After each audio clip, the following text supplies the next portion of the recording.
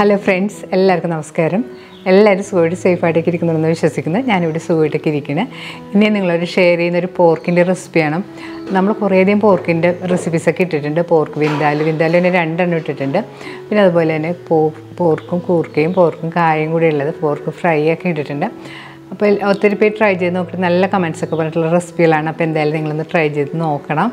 ഇന്ന് നമ്മൾ ഉണ്ടാക്കുന്നത് തേങ്ങ കൊത്തിട്ടൊരു പോർക്ക് ഫ്രൈ ആണ്. വളരെ ടേസ്റ്റി ആയിട്ടുള്ള റെസിപ്പിയാണ്. അപ്പോൾ എന്തായാലും നിങ്ങളൊന്ന് ട്രൈ ചെയ്ത് നോക്കുക. ട്രൈ ചെയ്ത് നോക്കിയിട്ട് നിങ്ങളുടെ അഭിപ്രായം കമൻറ്റ് ബോക്സിൽ മറക്കരുത്. നിങ്ങൾ ഫ്രണ്ട്സായിട്ടൊക്കെ ഷെയർ ചെയ്യുക. അപ്പോൾ നമുക്ക് ഈ പോർക്ക് ഫ്രൈ ഉണ്ടാക്കാൻ തുടങ്ങാം.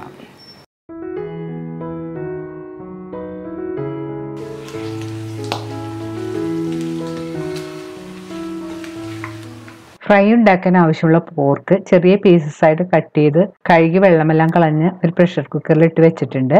ഇനി ഇതിലേക്ക് കുറച്ച് ഇൻഗ്രീഡിയൻസ് ഒക്കെ ചേർത്തൊന്ന് മാരിനേറ്റ് ചെയ്ത് വെക്കണം. ഇനി ഇതിലേക്ക് 1 ടേബിൾ സ്പൂൺ ഇഞ്ചി ചെറുതായിട്ട് ചോപ്പ് ചെയ്തത്, 4 പച്ചമുളക് നീളത്തിൽ കീറിയത്, 15 അല്ലി വെളുത്തുള്ളി 2ആയിട്ട് കട്ട് ചെയ്തതും കൂടി ഇതിലേക്ക് ചേർത്ത് കൊടുക്കാം. ഇതിലേക്ക് 2 ടേബിൾ സ്പൂൺ മല്ലിപ്പൊടിയും 1/2 ടീസ്പൂൺ മഞ്ഞൾപ്പൊടിയും 2 ടീസ്പൂൺ മുളക് പൊടിയും കൂടി ചേർത്ത് കൊടുക്കണം. ഇനി ഇതിലേക്ക് 1 ടീസ്പൂൺ കുരുമുളക് പൊടിയും കൂടി ചേർത്ത് കൊടുക്കണം. ഇതിലേക്ക് 1 ടീസ്പൂൺ ഉപ്പ് പൊടിയും കൂടി ചേർത്ത് കൊടുക്കണം. അല്ലെങ്കിൽ നിങ്ങളുടെ പാകത്തിനനുസരിച്ചുള്ള ഉപ്പ് ചേർത്ത് കൊടുക്കാം. ഇതിലേക്ക് 1 ടീസ്പൂൺ വിനാഗിരി കൂടി ചേർത്ത് കൊടുക്കണം. വിനാഗിരി കൂടിപ്പോയത് 1 ടീസ്പൂൺ ചേർത്താൽ മതി. ഇനി ഇവയെല്ലാം കൂടെ കൈയോ സ്പൂണോ ഉപയോഗിച്ച് നന്നായിട്ട് മിക്സ് ചെയ്ത് യോജിപ്പിക്കണം. മസാലയെല്ലാം കഷ്ണങ്ങളിൽ പിടിക്കുന്നവരെ നന്നായിട്ട് മിക്സ് ചെയ്ത് കൊടുക്കണം.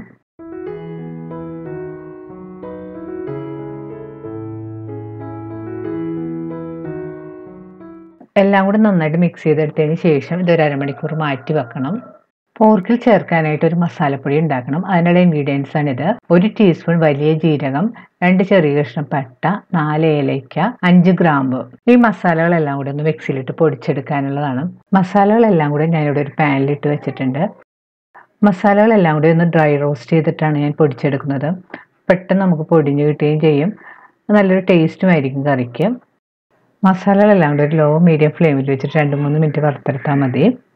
മസാല നന്നായിട്ട് മൂത്ത് വന്നിട്ടുണ്ട്. ഇനി നമുക്ക് സ്റ്റവ് ഓഫ് ചെയ്തതിന് ശേഷം ഇത് തണുക്കാനായിട്ട് മാറ്റി വെക്കണം.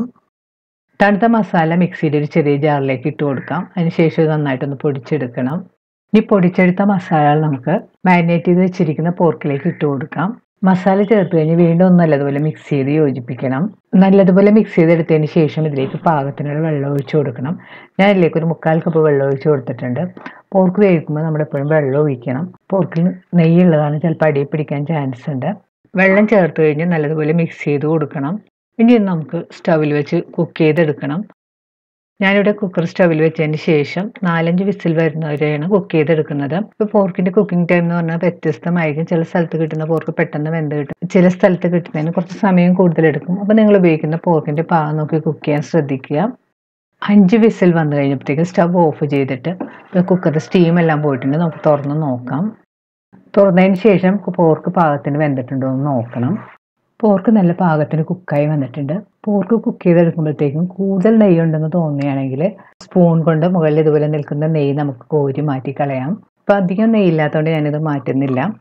വീണ്ടും പ്രഷർ കുക്കർ സ്റ്റവിൽ വെച്ച് പോർക്കിലുള്ള വെള്ളം ഒന്ന് വറ്റിച്ചെടുക്കണം. വെള്ളം തീരെ വറ്റി ഡ്രൈ ആയി പോകണ്ട. ഈ മേലിൽ കാണുന്നത് കുറച്ച് നെയ്യാണ്.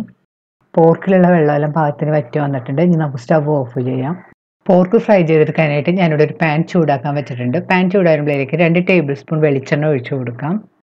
നമ്മൾ ഈ പോർക്ക് ഫ്രൈ ഉണ്ടാക്കാനായിട്ട് സവാള ഉപയോഗിക്കുന്നില്ല, ചെറിയ ഉള്ളിയാണ് അതിനായിട്ട് നമ്മൾ എടുത്തിരിക്കുന്നത്. 1 കപ്പ് ചെറിയ ഉള്ളി തൊലി കളഞ്ഞെടുത്തതിന് ശേഷം ഞാനിവിടെ കട്ട് ചെയ്ത് വെച്ചിട്ടുണ്ട്.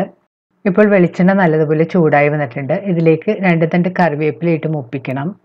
കറിവേപ്പില മൂത്ത് വരുമ്പോൾ ഇതിലേക്ക് കട്ട് ചെയ്ത് വെച്ചിരിക്കുന്ന ചെറിയ ഉള്ളിയും കൂടെ 6 വെളുത്തുള്ളി ചെറുതായിട്ട് കട്ട് ചെയ്തും കൂടി ചേർത്ത് കൊടുക്കുന്നുണ്ട്.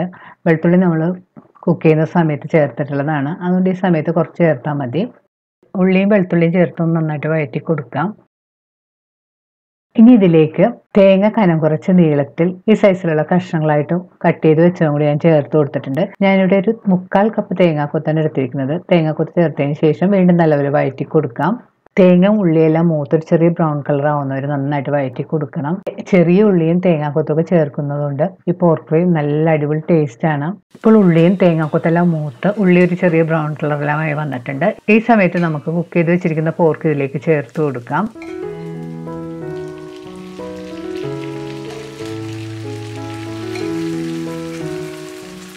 പോർക്ക് ചേർത്ത് കഴിഞ്ഞ് നല്ലതുപോലെ മിക്സ് ചെയ്ത് യോജിപ്പിക്കണം.